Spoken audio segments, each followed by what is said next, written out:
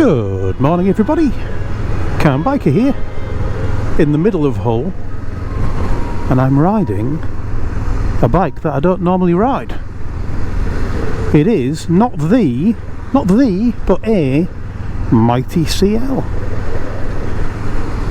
I've got my Z1000 in for its MOT, and anyway, while the Z's in for its MOT, they lent me a CL500 to have a play on. So I'm going for a little ride on my way back to Beverley. I'm taking a slightly roundabout route so that I can try this bike out in the town, but also get it onto some fun national speed limit roads. Bit of 60 mile an hour road as well, just have a see what it feels like on those. And I thought I'd take you along for the ride and tell you what I think of it as I go. Not a review. I'm not going to have the bike long enough to do a review. Well, technically I will have. I've got the bike. It's now, according to the clock on the bike, it's 9:15, and I'm going to be taking it back about 4 o'clock this afternoon. But it's my mother's birthday, so in the middle of that we'll be jumping in the car and taking her presents round and wishing her happy birthday and that. I thought I'd tell you what I think of the bike. So far, what I think of the bike is, it feels like somebody's taken my Honda, my CB500X, lowered it and tilted it forwards. In terms of riding, it feels pretty much identical. It's got the same engine, so it's got the same performance. It's got the same wheels and tyres on it as mine's got. So the way it feels on the road feels very similar. It's got the same braking, I believe, as mine's got. The brakes seem absolutely great for what they are, which is the usual kind of single disc at the front, I think.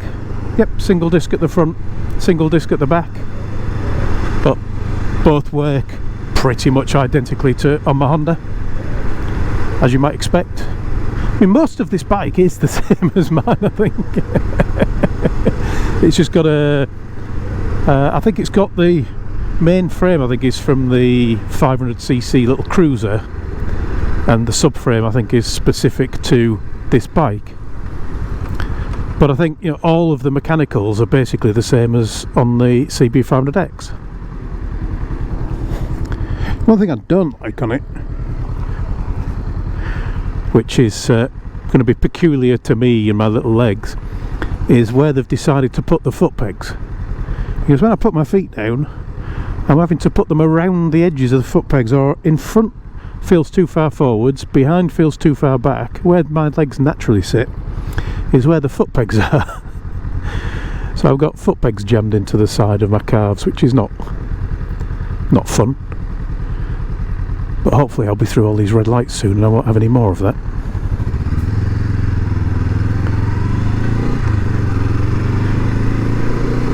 Hull definitely likes its traffic lights. There's a heck of a lot of them. Yeah, I say it feels like mine, but kind of lower, because the seat is quite a bit lower, and also push forward because my arms are a lot lower. They're higher than they are on the Z1000. You know, I won't see these are low bars, but if I was on my 500X, then my left hand wouldn't be there, it would be here. The mirrors are a bit small. I guess the round mirrors are part of the kind of retro style of this bike, or the scrambler style of this bike, or the retro scrambler style of this bike, I don't know, whichever you decide you prefer on that. They are a bit small, but I've adjusted them. I can see the roads pretty well. Just missing a bit in the corners. I guess I'm used to having mirrors with kind of sharp points on them, but they're fine, doing the job. It is, as with the 500X, it is just an easy bike to ride. It's really, really easy inputs on everything. and it does feel well planted on the road. All the switch gears the same as mine. That is the way these things work, isn't it? You know, all these parts being reused gives that economy of scale, so they can make these bikes cheaper. I was chatting with a chap in Miles Kingsport, and he was saying that this bike, well, I was saying to him I was shocked at how expensive this bike was. I couldn't remember exactly how expensive it was, but I remembered talking to Graham about it and him telling me how much it was. I said to him, I assumed it was going to be 7,000 quid. And he goes, no, 5.5. And to me that, I mean, maybe to some people that will sound expensive, but for a brand new bike, 5.5 grand, it's pretty impressive, isn't it? Compared to what a lot of the other manufacturers are doing. And I say those economies of scale will have made that difference, I'm sure.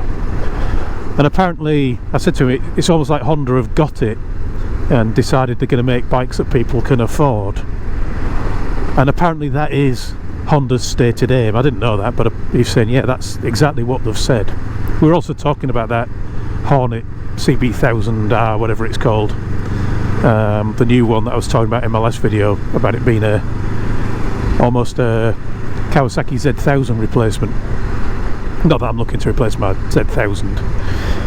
And I was saying about how that was pretty much the same price I paid. I said to him, you know, I paid 9.5. Well, that's what the list price was. Obviously I did trade-ins and whatnot, but the list price was 9.5 for the Z1000.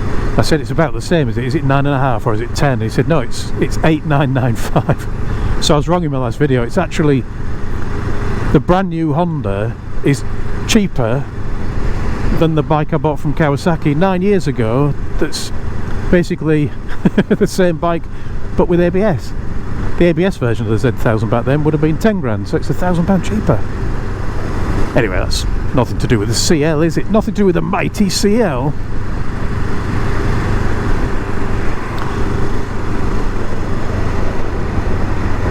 Car flashing me then, what's that for? Is it an accident here?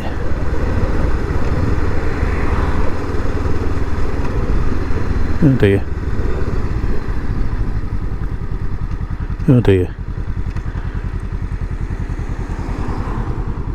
Somebody borrowed a rental van and didn't look like they did a very good job driving it. Hope everyone's okay. Best avoid this glass and debris. I don't want to be taking the hire bike back. There's a car involved in that as well, so maybe it wasn't the van driver. Yeah, I don't want to be taking the bike back with punctures. That would be good, would it? Yeah, it rides really nicely. I'm going to try something. Got a bit of a gap behind me. There's no boxes on this. I'm just intrigued because I probably a few videos back now I showed you how I had a wobble on my bike, my Honda. See if it's got one. No, absolutely stable. Alrighty, let's see what it does on getting up to 60. Here we go. Whee! Yeah, pretty much the same as my CB500X. Interestingly, on this bike, I'm just trying the brakes a little bit there. The rear brake, I think, is possibly a little stronger than my Honda, but the front brake maybe a little weaker. That might be something to do with the way the suspension is laid out on the two bikes. It doesn't dive very much at the front, which the X does, because it's got the longer suspension travel, of course. But yeah, maybe that makes a difference. Unfortunately, I've got somebody behind me, got a van behind me, and I don't want to repeat. So I don't want to do a really heavy stop yet and then have a repeat of what we just saw. It's a bit further back now, so see what the brakes feel like. Oh no, yeah, that's a decent brake on the front. So I can't go too wild with it because that van will be catching me up again, and he's probably looking at the red light at the back and thinking, what's this idiot doing? Grrr, motorcyclists. The instruments on it are very similar to the instruments on mine, in a kind of standard thing that they do now of the kind of inverted LCD, so the black background and the lighter numbers.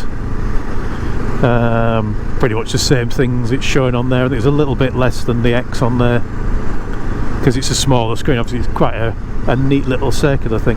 This with the Beeline motor in the middle, I think that's how Graham's got his setup, would be an ideal little setup, wouldn't it? The Beeline would look more kind of matching the style of this bike than it does mine. I just noticed it's got running lights on it as well. You'll see them, the yellow running lights at the front. Can you stand up on it? You can.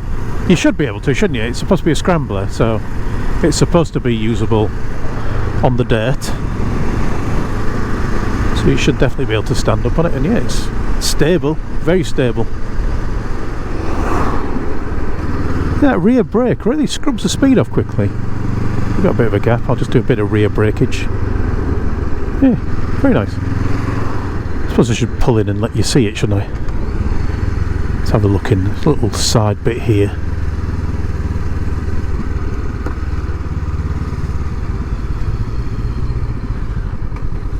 And stop! Hey! Yeah, it's a good breaker there.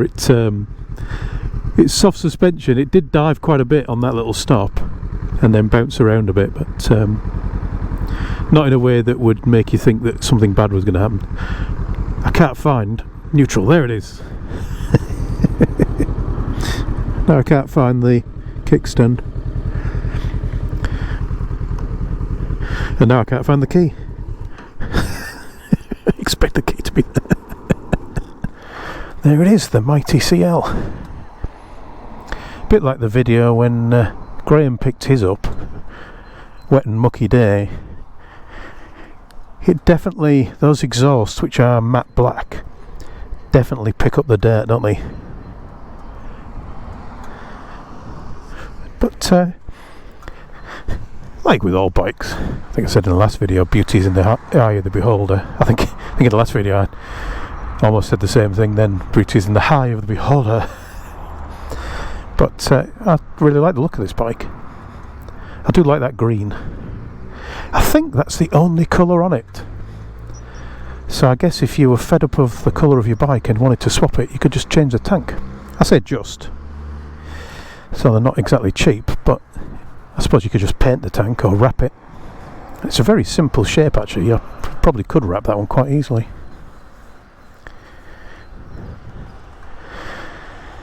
Yeah. Seat's nice and comfortable. I've heard people say it's hard, but it doesn't feel it to me. I've just come off a Z1000, of course, which is like sitting on a plank of wood. Obviously it's got the two suspension struts rather than the monoshock, which fits this style of bike nicely.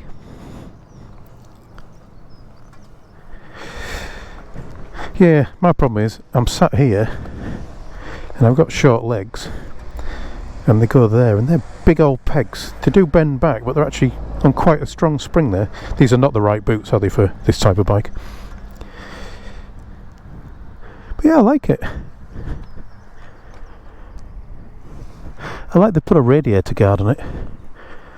I wonder if that's they found through testing or something that a lot of stuff hits it. You can see that it definitely gets the spray. There's quite a lot of dirt on that radiator.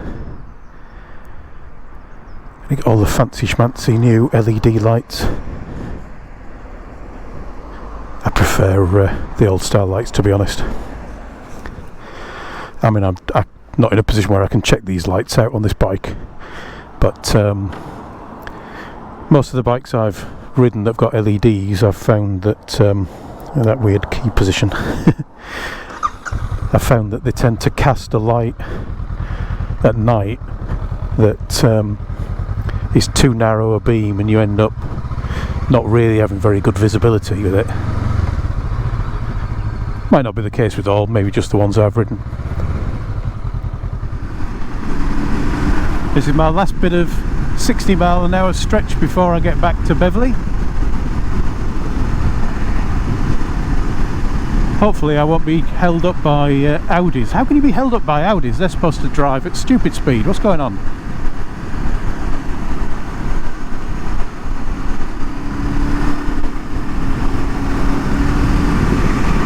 Whee!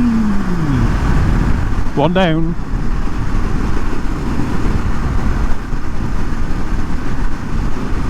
Cracking little bike, this.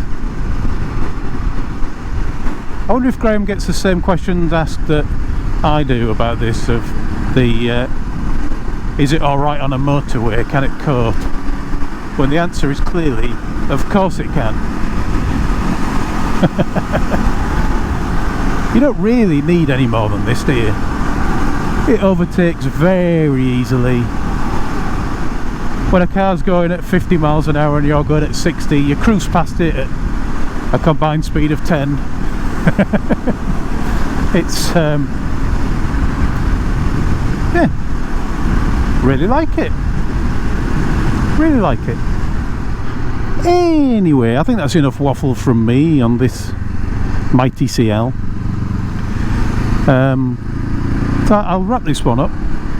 Yeah, really like this little bike. So I'll say thank you for watching, everyone. Ride safe, and I'll talk to you all again soon.